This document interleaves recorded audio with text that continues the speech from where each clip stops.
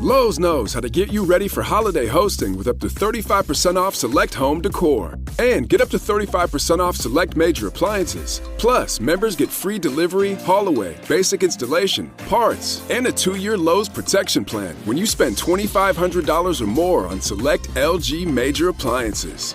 Valid through 10/1. Member offer excludes Massachusetts, Maryland, Wisconsin, New Jersey, and Florida. Installed by independent contractors. Exclusions apply. See Lowe's.com for more details.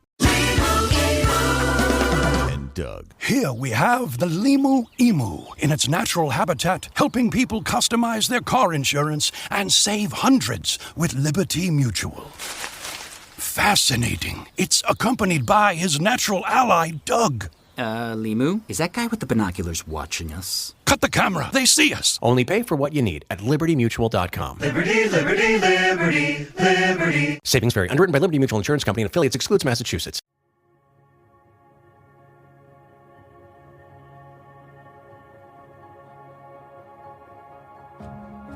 It's a really confusing time, I think, for young people to know what is right and what is wrong. And that drives me for sure to create stories and characters that demonstrate the value of kindness and empathy, that drive home the idea that we're all part of some community, a global community, maybe, a national community, like all different kinds of communities, but we are not alone. We need each other, absolutely. And those messages, it's a real struggle because I definitely don't want to go so far that my stories become preachy or didactic. But in the back of my head, fueling the whole thing is a desire to help kids make sense of a very confusing world.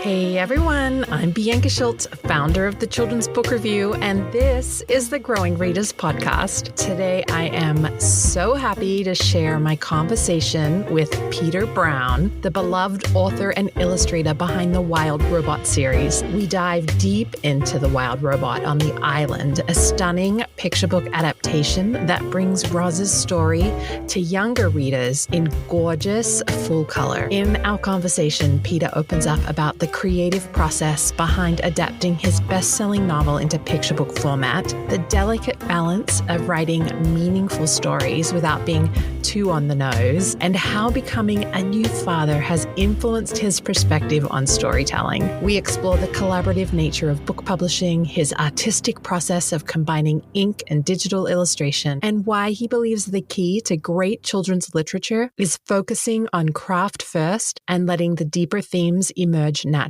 Peter also shares some touching insights about those quiet parental moments that inspired some of the book's most poignant scenes, and discusses how Wild Robot Universe serves as a bridge for reluctant readers to fall in love with books. Peter has always loved telling stories. Growing up in New Jersey, he told stories by drawing whimsical characters and scenes from his imagination. As a teenager, he fell in love with writing and began telling his tales with words. While studying illustration at Art Center College of Design, Peter's love of both words and pictures led him to take several courses on children's books, and before long, he knew he'd found his calling. After graduating from Art Center, Peter moved to New York City to be closer to the publishing industry. He was working on animated TV shows when he signed a book deal to write and illustrate his first picture book, Flight of the Dodo. Peter quickly signed up his second and third books, and his career as an author and illustrator of children's books was underway. Since then, Peter has written and illustrated so many books for children and earned numerous honors, including a Caldecott Honor, a Horn Book Award,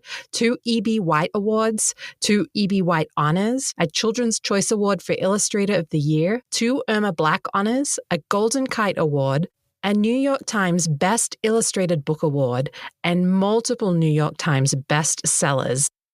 Before I share our conversation, here's the book synopsis for The Wild Robot on the Island, an illustrated picture book adaptation of The Wild Robot.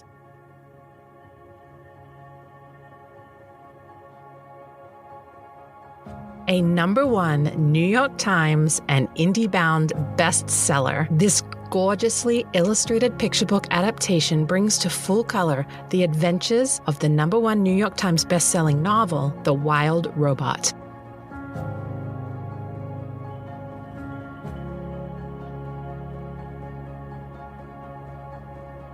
Roz is not where she's supposed to be. You see, the robot wasn't designed to live in the wilderness. But when she washes up on an island, she must learn from the animal inhabitants and adapt to her new natural surroundings. And before long, the island begins to feel like home.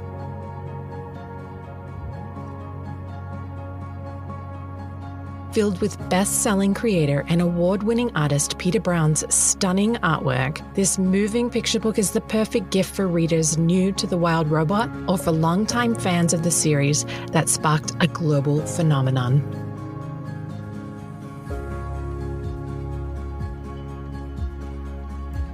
Hi, Peter. Welcome to the Growing Readers podcast. Well, thanks for having me, Bianca.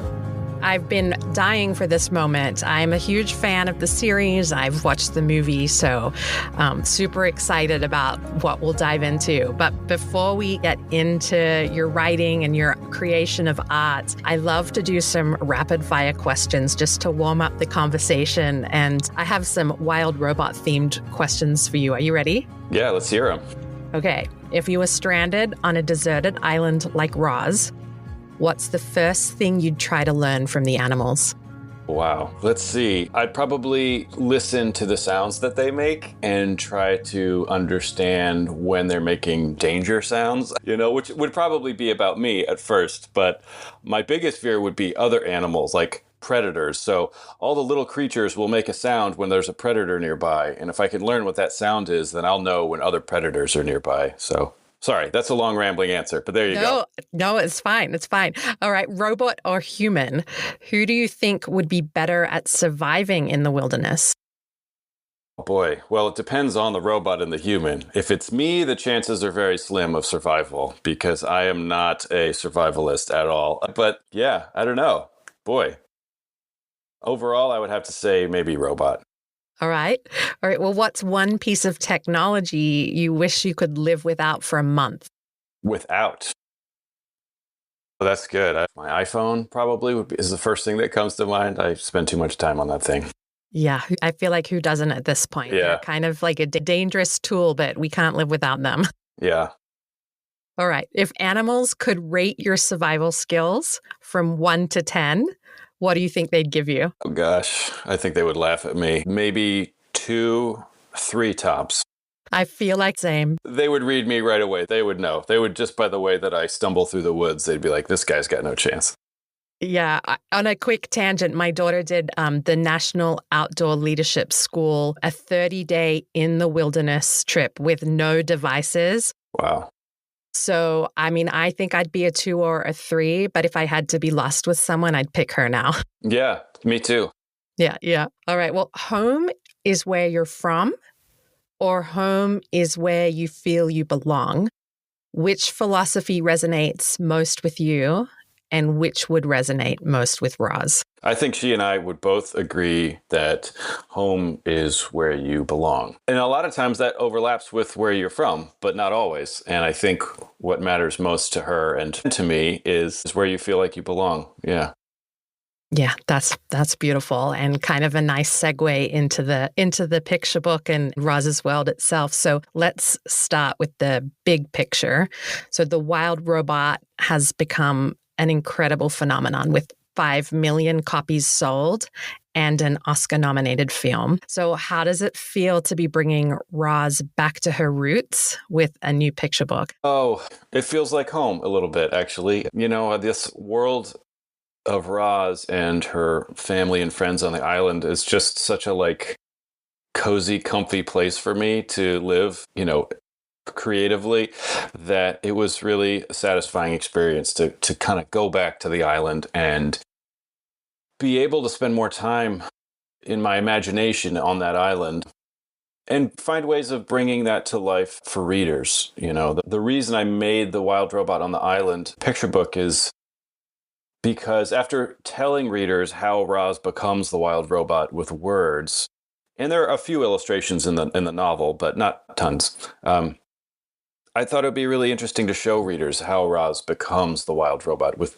big, detailed, colorful pictures. So it was really fun. And, I'm an illustrator kind of first and foremost. I went to art school and I studied illustration. And even though I'm writing novels now, illustration is my real background. And so that was comfy for me too, to just be able to spend time in that world and use the skills that I've developed over my whole life as an illustrator and artist. It was great. It was a really great project for me.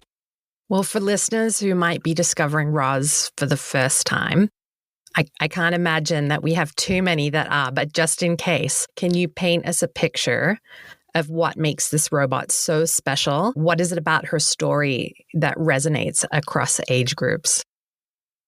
So, it's the wild robot kind of universe, including the first novel in the series and the picture book, is about a robot who finds herself stranded on a remote wild island. And in order to survive, she studies how the wild animals survive, begins mimicking their behavior, and ends up learning how to communicate with them, at which point she can make friends and even a little family for herself.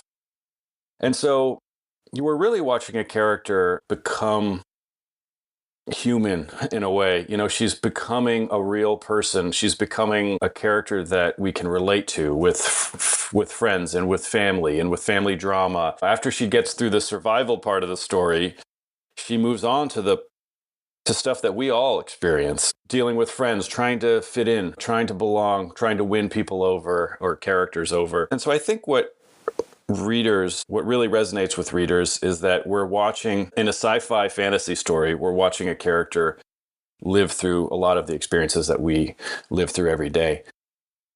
I often think if Roz becomes a single mom, she adopts an orphan gosling on this island and raises him, and she can speak with the animals so she can have conversations with him.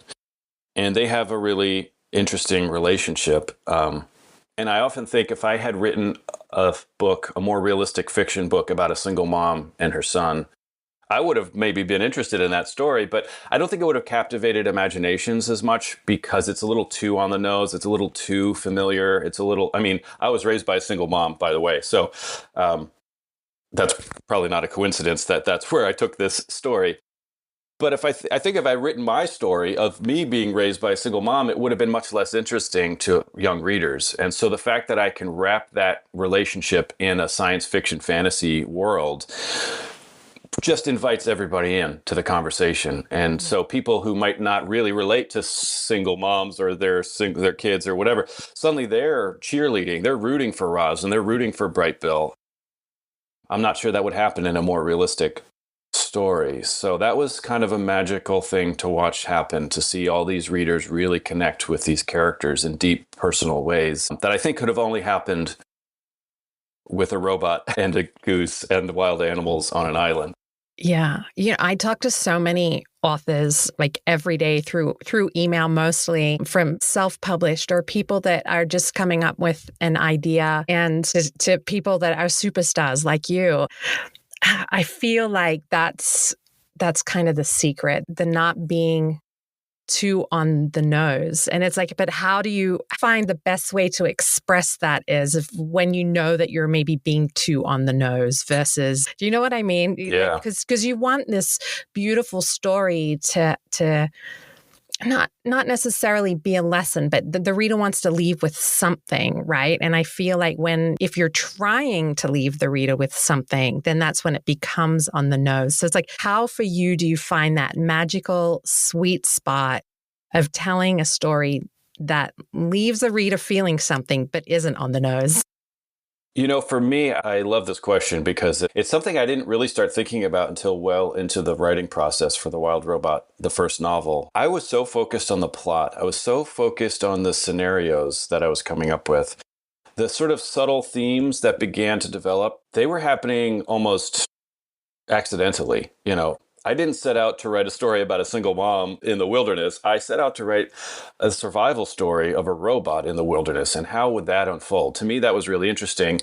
There's no lessons, really. There's no morals that I was worried about. I was just like, how would this actually happen? And I just sort of walked through this process step by step. And with each step, I began discovering new little layers in the characters and the themes that felt very organic to the story. Like I wasn't forcing it. These were little cool things that were happening, and I wasn't setting out to do that. And so I think I can't speak for other writers, of course, but in my opinion, you have to be really careful when there's a message that you're trying to convey. I think you're more likely to express a message, a meaningful message to readers, if you focus on what the story needs to work, kind of the craft of writing first and foremost. If you can get the plotting and the pacing and the character development and the story arc, if you can get all that stuff working, probably there's going to be a lesson, whether you set out to do it or not, that finds its kind of emerges from that process. And even if it's not exactly the message that you might have set out or wanted to convey, it's probably a worthwhile message anyway. And maybe that's the message that needs to be told in this particular story. And you can kind of let go of the other messages that maybe you had thought you wanted to emphasize. That's what happened with me. As I developed all the different layers to this story, I had ideas about little morals that maybe I wanted to kind of focus on, but every time I just kind of let them go and focused on the craft of writing and what does the story need to keep people turning those pages. And when I was finished, I was kind of blown away by all the juicy stuff that kind of materialized on its own, Yeah, I love that. I love that perfect sort of synergy between plot and structure and then your imagination and letting the story tell you what it needs to be. Mm-hmm. Yeah, I love that. Well, The Wild Robot on the Island is specifically for the picture book crew, which I think picture books are for everyone, but it does tend to skew towards a younger audience. And so this is younger than the chapter book series. So what do you think having it in this picture book series does for the series in a whole? Like, what do you think having a picture book version? I think that this book does a couple of things. First of all, it's kind of an introduction for younger readers into this whole world of The Wild Robot. The Wild Robot books are actually being read by kids way younger than I expected. A typical middle grade novel, they say is like 8 to 12-year-old readers. That's what it says on the back of the book for 8 to 12-year-old readers. But a lot of kids younger than 8 are reading it. And kids older than 12 are reading it too. So that's amazing. But I set out with a picture book to really target younger readers, to give them a way into this story. Maybe they're not, this specific reader here and there isn't quite ready for the novel, but they're totally ready for the picture book. And so I thought that would be fun. A lot of schools are reading this book, the whole school. I get contacted, every week practically, by an educator saying that our entire school is going to be reading The Wild Robot from kindergarten through 5th, maybe 6th grade sometimes, which is great. And I kept thinking, it might help those kindergartners, maybe even the first graders, if they could have, in addition to this novel, maybe they start with a picture book just to get the gears turning, get their imaginations fired up. Maybe then they can move on to the novel, or maybe they just leave it at the picture book. But I was definitely thinking about schools, the school environment, and how these books are being incorporated into classrooms, and maybe the picture book would work for younger classes of younger kids. But I honestly was also hoping that fans of the novels, slightly older readers, would also enjoy this picture book. If they really happen to love the Wild Robot novels, they might love spending more time in that world, and in a sort of new, more visual way, where they get to see the island, different parts of the island that we don't see in the novels, or don't even get discussed in the novels. They get to see little scenarios that don't get explained in the novels. There's a lot in the picture book that is in the novel, but there's some moments here and there that are new. And so my hope was that fans of the novels would want to experience this picture book also. So I was thinking about a lot of that stuff. And to be honest with you, the main reason I decided to make this book was for me. Like I said, I just love this world so much. And it just felt like such a fun project for me to sink my teeth into and really visualize this world that is mostly up in my imagination and share that with other people. To me, it was really a fun project for me, kind of selfishly. But I thought I could make it work for other people too.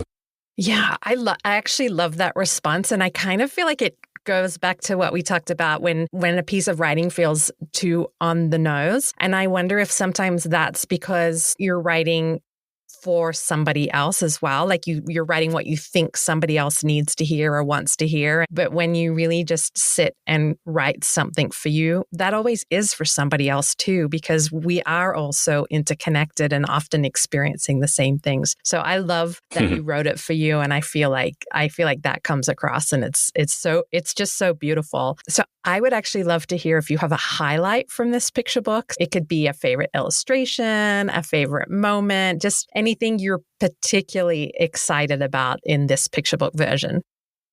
Yeah, there's a scene. Two things jump to mind really quickly. They both happen during the winter. The Wild Robot novel and the Wild Robot on the Island, the picture book, are very kind of seasonal, right? The seasons play a big role in what happens in the story, and in the picture book, the seasons play a big role in like the color palette. The colors change a lot as we're turning the pages and the seasons are passing by.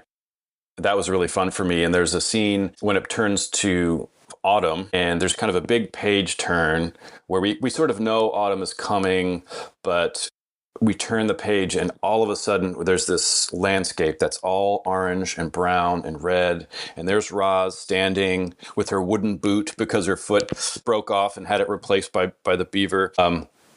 And Bright Bill the goose is kind of floating on the wind above Roz. And that scene, I don't know, there's just something about it. I love fall, first of all, so maybe that's part of it. But that sort of like punch of color just really, to me, is very satisfying. And I also think it kind of is timed nicely because it's so significant in their relationship. Fall means it's getting cold, which means Bright Bill is going to have to fly south for winter, which means Roz and Bright Bill are going to have to say goodbye for the first time. And so that shock of color coincides perfectly with the shock of saying goodbye to your loved one for the first time, you know? So that's a scene that really means a lot to me. And then a few pages later in the winter, Roz builds, they have this shelter that Roz builds. It looks a lot like a kind of a beaver lodge. And Roz spends winter in there kind of like hibernating in her own way. And there's a very simple illustration, just a close-up of Roz in this kind of dark space with what she's thinking about as she sits alone in this shelter. And all of her thoughts are about Bright Bill, her like adopted goose son. And she's thinking about what he's doing on his migration. She's wondering about the kind of animals that he's met along the journey. And then the last thought she has is, I wonder if he ever thinks about me. Yeah. I don't know what it is, but to me, that is so, I don't know, human and so sweet and emotional. I get choked up just thinking about it, which is sort of embarrassing, but I love it. I think it's because I have a son now. I didn't have a son. My son is only 18 months old, so I'm new to parenthood. Thank you. I'm new to parenthood, and it's kind of overwhelming, to be honest with you. Yeah. In a lot of ways, I'm just exhausted all the time, which is hard, but I'm also flooded with emotions all the time. You know, it's like, it's so intense, and I kind of knew that was going to happen, but it still catches me off guard like it is right now. Yeah. Well, I feel like I'm going to start crying now too, because I have 3 children, but I still have like one in elementary and one middle school, but my oldest went to college. And so for me, and particularly because I went and saw the movie of The Wild Robot 2, this story speaks to parents, I think, no matter where you are on your parenting journey. And when my daughter's off at college, I'm wondering, like, does she think of me? Is she thinking of me? And so it's really poignant no matter where you're at. Yeah, it's definitely, for me, when I was just rereading the picture book version, that page, of course, as the adult reader, just really speaks to me. And I think that's what's important about picture books, is that they do speak to all ages. A picture book that a child can enjoy on the lap of a parent who's also enjoying it. I mean, that's how we raise readers right from the beginning, because everybody's embraced and enjoying that moment. Yeah, absolutely. Yeah, I know that's, to me, every picture book I've ever made, I've tried to satisfy both the young readers and the older readers who inevitably are around, either reading to their child or to their students or listening to their kid read by themselves, but adults read a lot of kids' books. And so I try to make stories that will appeal to them too. That's the dream. That's the goal. It's not easy at all, but I think it's a worthy. Yeah. Well, I want to talk more about the art creation, but I was having a thought about what's also special about this picture book format. Is I'm not an educator, but I would consider myself a literacy advocate. And my one mom brag is that my 3 kids love to read. My 10-year-old son will be seen walking down the street with his nose in a book. But I know that there are kids that struggle to read. And I feel as though if they got connected with a picture book like this, then they're more likely to want to leap into that next level, which is a chapter book. So I love this segue that you've created that can connect people with a story that they feel connected to and want to dive into that deeper chapter book too. So I love that. That's really well put. Yeah, I think you just articulated something that I had been feeling but hadn't really put to words, which is how this could help raise readers, right? And grow readers. And that is, at the end of the day, I think the job of every children's book author and illustrator is to make kids want to pick up another book, right? That's the goal. If the hope is to spark their imagination, to spark their interest in story, character, or nonfiction subjects, whatever it is, just to get them to keep reading. Because as we all know, the people who love to read, they can spend their whole lives educating themselves and enlightening themselves and developing and growing into the best and truest version of themselves. And that's what we need in this world. And so I think in the back of our heads, all of us author illustrators of kids' books, that weighs on us a little bit. Like that's like a little bit of pressure. You don't focus on it all the time, but as I'm having this conversation with you, I'm reminded that, yeah, at the end of the day, we're trying to create readers with these books. And so I hope this picture book can be part of that for some readers out there.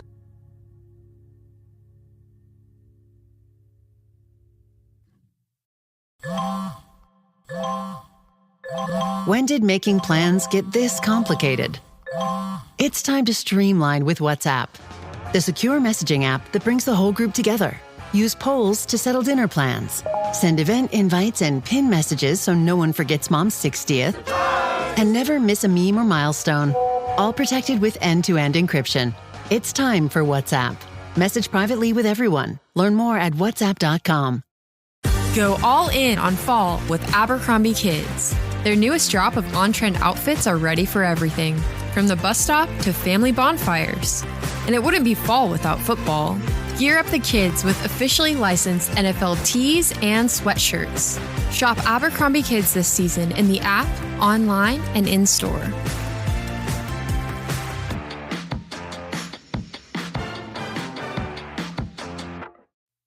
You've seen Roz come to life in so many different formats now. So novels, this picture book, and the DreamWorks film. So this is possibly too large of a question, but what does the creative process look like for deciding which elements of her story work best for each medium? Well, that's a good question. I mean, I obviously can talk about the book side of things. You know, when they were working on the movie, I had a lot of conversations with Chris Sanders, the director, and Jeff Herman, the producer. We would get on Zoom calls a lot, and they would kind of pick my brain about the research that I did and the underlying messages and just trying to understand my version of the story as best they possibly could, you know. And at the end of the day, they had to make some tough decisions. Every book that's adapted into a film, inevitably the story gets changed a little bit. And that's what happened with The Wild Robot. It changed a little bit. And,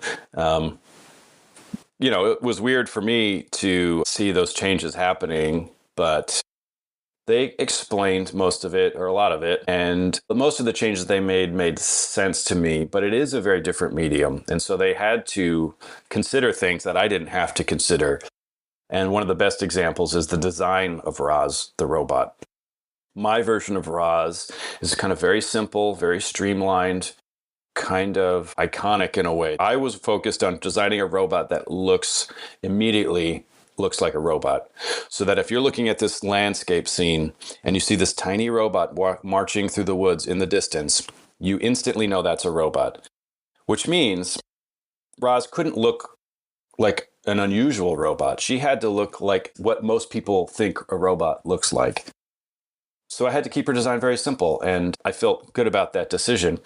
In animation, they had a lot more flexibility, but one of the other things they had to do is figure out how does this character actually move. And I didn't have to worry about that. I designed Roz with a very sort of head and neck that's like a single piece. And they needed Roz to have a separate neck so that she could move her head around in the animation and express herself with her body as she's becoming more like the animals on the island. That happens in the book too, but I don't have to animate it. I just had to talk about it and show a few illustrations here and there. But they needed to kind of redesign Roz in order for her to work in the animation medium. And so that's one of those changes where I thought, yeah, that makes sense to me. I wasn't upset by that. Some of the other changes, some of the story changes they made, I didn't love all the story changes that they made, but that design change made a lot of sense to me because it's so specific to the medium of animation. In the books, with a picture book, it was obviously going to be for younger readers, and so I needed to remove. There's a little bit of violence in the novel. I hesitate to use that word because I think it's a loaded word. Obviously, violence is a very emotional subject and a scary subject. And I think I handle it very delicately in the novel, but I didn't think it was really appropriate for the picture book at all. And that meant basically stopping the story. The picture book story ends about 3/4 of the way through the novel story.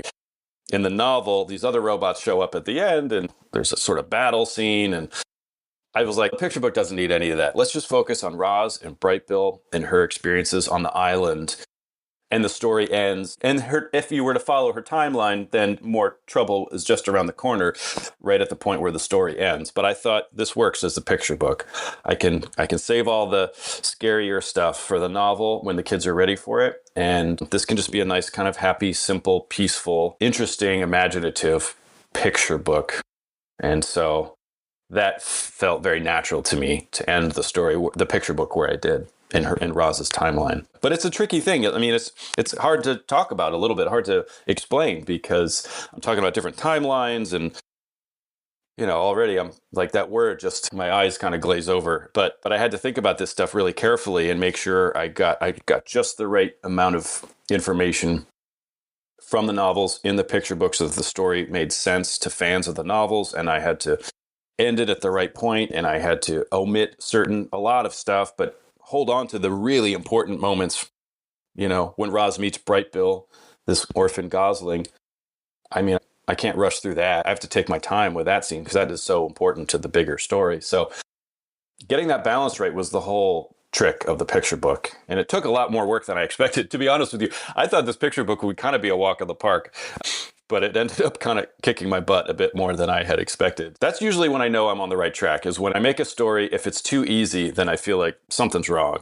There's got to be some difficulty or else something's off that I'm not seeing yet. Yeah, like you haven't reached its full potential yet. Yeah. I love all of that. And the fact that the picture book goes sort of 3/4 or 2/3 of the way to the chapter book, again, you're not stealing the fun of the ending for those that want to go on and read the chapter book. It's like this beautiful introduction to the world and still so much to explore. Mm-hmm. I want to nerd out a little bit. I'm just going to make some loud noises here as I turn the pages to the very back and remove the jacket flap on the end. I love the the copyright notes and the sections in picture books that describe how the art was created. So this one says, the illustrations for this book were done in ink, on paper, and finished digitally. This book was edited by Alvina Ling and designed, and I'm sorry if I pronounce your name incorrectly, Prashantsa Thapa. Did I say that correctly? That's close, yeah. Close. Yeah. With art direction by David Kaplan. The production was supervised by Lillian Sun, and the production editor was Jen Graham. The text was set, and hopefully I pronounced this correctly too, in Fournier MT-STD, and the display type was hand-lettered. So as we can tell, I am not a technical person. I'm sorry, I probably didn't pronounce all the names correctly, but don't worry. I love nerding out about all of that information. And it's that beautiful reminder of it takes a team to create such a stunning book. So just talk to me a little bit about everything we just said there. So the artwork is done in ink and paper and finished digitally, but we have this team here. So how, when you're creating the work, do you work with the team? When do they chime in for you? And, what do they do to just next level your work? Yeah, that is definitely a team effort. I spend by far the most time on this project. My publisher is Little Brown Books for Young Readers, which is part of the Hachette book group. And the team is so great and patient, first and foremost, with me, because I'm a little slow. But they're all really great at what they do. My editor, Alvina Ling, I've been working with her since my very first book. She's edited every single book I've ever written and had published, going back to 2005 with my very first picture book, Flight of the Dodo. And I've been working with her ever since. So she and I are good old pals. And she gives me a lot of freedom, sometimes more freedom than I want, to be honest with you. So she, I think, trusts that I can figure a lot of stuff out and thinks that I probably come to the best conclusions when she gives me a little space, But she's always there. I always know she's there. And Dave Kaplan, who's the art director, he and I have worked on a lot of books together too. Prashantha, I know not as well, but she's been really great and helpful. I say this to kids all the time when I give talks at schools, which is that I can't make a book all by myself. All I can do is write stories, write words, and draw pictures. And I need this whole team of people to make the books that we pick up and read. And I'm so glad to have such a great team helping me out. They introduce a whole new ideas to me about the production, like they might suggest we use a fifth color. Most books are printed using 4 colored inks, CMYK, cyan, magenta, yellow, and black. And sometimes you can add a 5th color, CMYK plus pink or a special green or whatever it is. You have to pick it out. Like that's the kind of thing where an art director will say, I think this might be the book for a 5th color. I think this might really work nicely. And usually I'm not even thinking about that. And that kind of elevates the art to be able to get the perfect shade of whatever color you need, just to really zings on the page. That's a great help. And there's so many things you can do with picture books. You can, the case cover, when you take the book jacket off, you can have a separate piece of art on the cover. It can be stamped, so there's a little kind of a texture to it. There's just some gold foil, there's all these little things you can do to a book that I just don't even really know about. And so that team is really helpful with suggesting these little bells and whistles that we can add onto a book to make it feel even more special. And yeah, so I feel pretty lucky to work with all of them. I'm, as an author and an illustrator, I'm very detail oriented. I would call myself kind of a designer too. I do a lot of the design work. I hand lettered the title treatment. In this case, for the picture book, I created a whole new font, a whole new typeface for the speech bubbles. So there's the narration, which is Fournier, and there's speech bubbles, which look like they're handwritten out, but it's actually a special typeface that we created just for this book.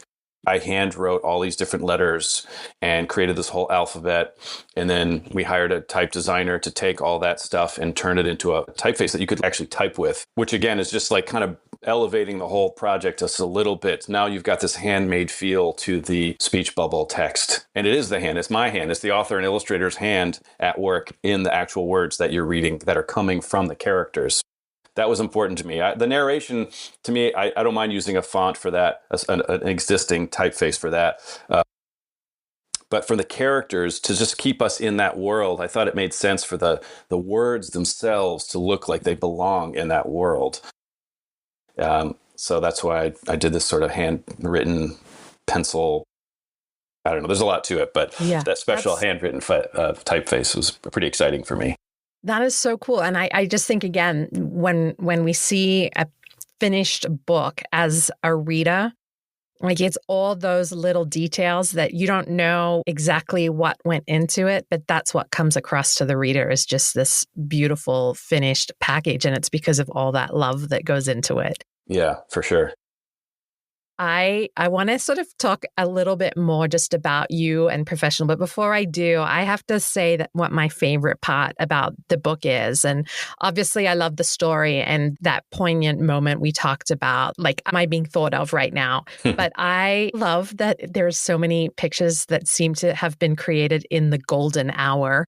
So Yeah. just the sun and the glow and the light, because that's my favorite time of day. And so I love that you bought that. And it's right there. I'm looking at the book cover right now. So my favorite part is how much golden hour takes place in the book. That's such a fun detail. That's such a fun thing for you to notice. When I decided to make this book, it was so important to me that the color be really important to the story.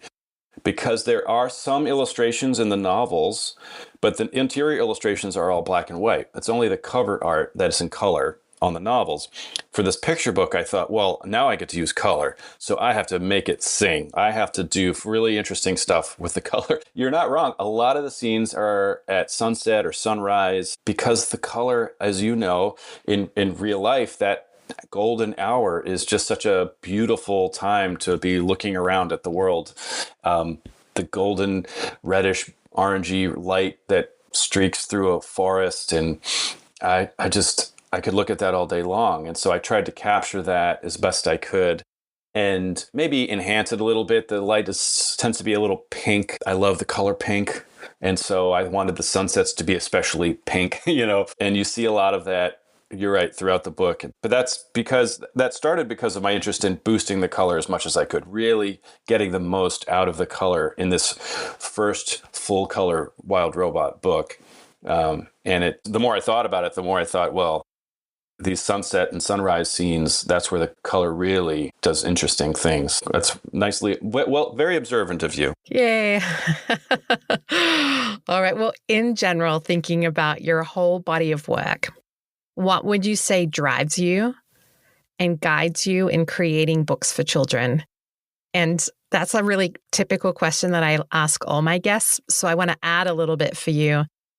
And do you think what's driving you has changed since you've had a kid? I think it will continue to change as my son grows up. He's only 18 months old right now. So 19 actually, almost 19 months old. And as he gets older and he starts talking more and we really get to know him and get to know each other, I have no doubt that will influence the stories that I choose to tell, the types of stories and the way that I tell them probably will be influenced by this experience also.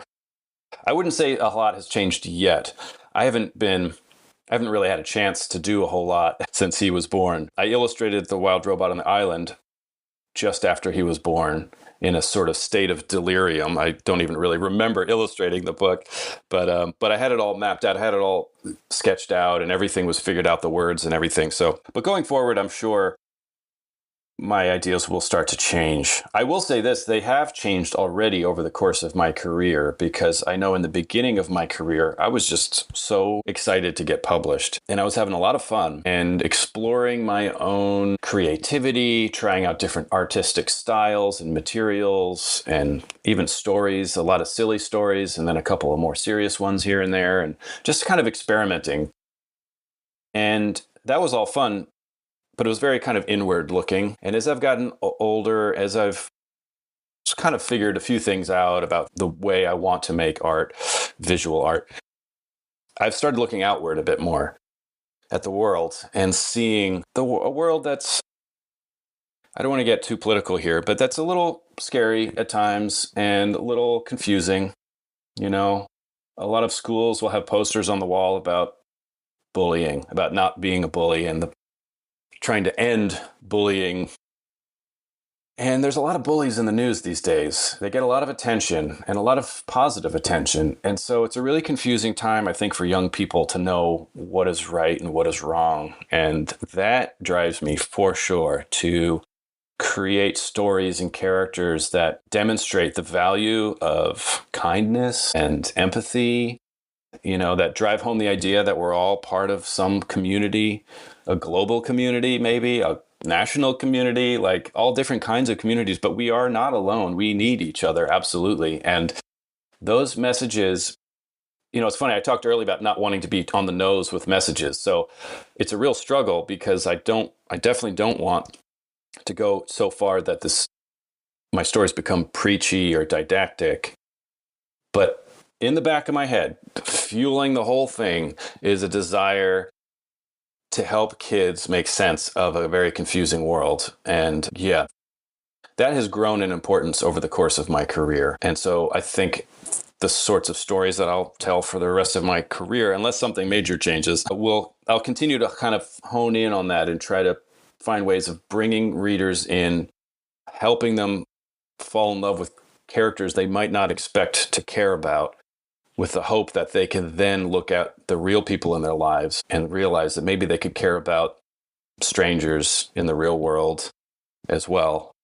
That's my dream anyway. I'm being no pressure, but that's definitely what I hope to do.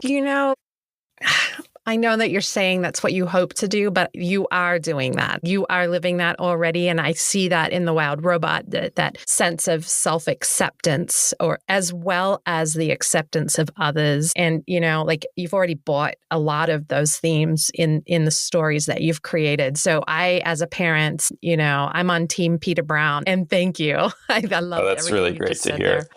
Thank you. That's really nice. Yeah, you're welcome. So you've won a Caldecott Honor, multiple awards, and now you have this major film adaptation that I loved seeing your name in the credits at the end of the movies. It's so fantastic. So is there a question that you wish someone would ask in interviews that you've never been asked?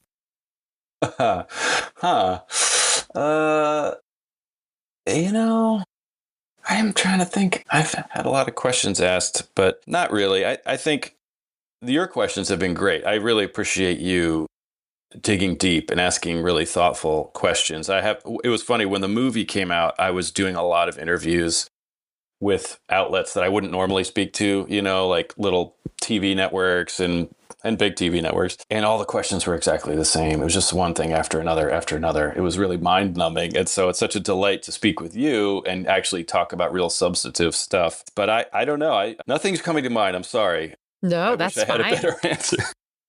Well, so now I feel like I have to ask the most mind-numbing question of our conversation. Let's hear it. What impact do you hope The Wild Robot on the Island has on readers, and especially those that might be encountering Roz for the first time? I just hope that she captures their imaginations and makes them want to continue on with Roz in her story world. That's the hope. Selfishly, I want them to read more of my books, but also, as you were saying, this book is a way to help certain readers who might be a little more reluctant or struggle with reading. I actually think the series is really great for them because of there's the picture book, of course, but then even the novels have really short chapters, kind of simple language. I worked really hard to distill fairly complicated ideas into the simplest text I could so that readers of all ages would be able to connect with what was going on in the story. And I was a bit of a reluctant reader when I was growing up. And so the idea that I could have created this story world that would help other reluctant readers get over that reluctancy and become real lovers of books, that's a dream come true. But it all happens, I think, with that first, you got to captivate them. You've got to pull them in with interesting characters and an interesting scenario. And that's what I tried to do with the picture book here, with The Wild Robot on the Island. And we'll see. We'll see if that sparks readers to keep going. Hopefully it will. I think it will. Well, if you had to pick one point from our conversation today, just one thing we talked about, what do you think the most important thing you'd want listeners to take away from our conversation is? Probably the fact that it takes a real team to make these books. Every book that you love was made by a team of people. The author, artist, obviously, they deserve to have their names on the cover. They're doing most of the work. But I just feel so grateful that I have a publisher who I work with a couple of publishers. All of my publishers are great. I'm talking specifically about Little Brown right now because of the Wild Robot books, but I just feel really lucky to have an editor like Alvina who kind of trusts me to follow my imagination, and she knows it'll lead us to interesting places. And the whole team of people over there, they help these books be better than they would if I was just trying to figure this stuff out on my own, or, so yeah, I think that's a good takeaway. Yeah, takes a team. Well, Peter, I have loved our discussion today. I'm so glad we got to have it. Just a huge fan of your work, as are so many families and teachers and educators. So please don't stop. Keep doing what you're doing. Thanks, and Bianca. just thanks again for being on the show. Thank you. This has been a lot of fun. Thank you so much for joining us on this quest for growing readers. I hope you enjoyed Peter Brown's thoughtful insights into his creative process. If you're inspired to pick up The Wild Robot on the Island or any of Peter's other books, you'll find links to purchase them in our show notes. You can also visit Peter's website at www.peterbrownstudio.com to see more of his beautiful artwork and learn about his upcoming projects. Before you go, I have a small favor to ask. If you enjoyed today's conversation, please take a moment to leave us a review wherever you listen to podcasts. Your review helps other book-loving families discover our show and support the incredible authors and illustrators we feature. Whether it's a quick star rating or a few words about what you loved, every review makes a difference in helping us grow our community of readers. Until next time, keep reading, keep growing, and remember that every great reader starts with a single story that captures their imagination. The Growing Readers podcast is a production of the Children's Book Review. For more stunning books like The Wild Robot on the Island, I hope you'll visit us at thechildrensbookreview.com.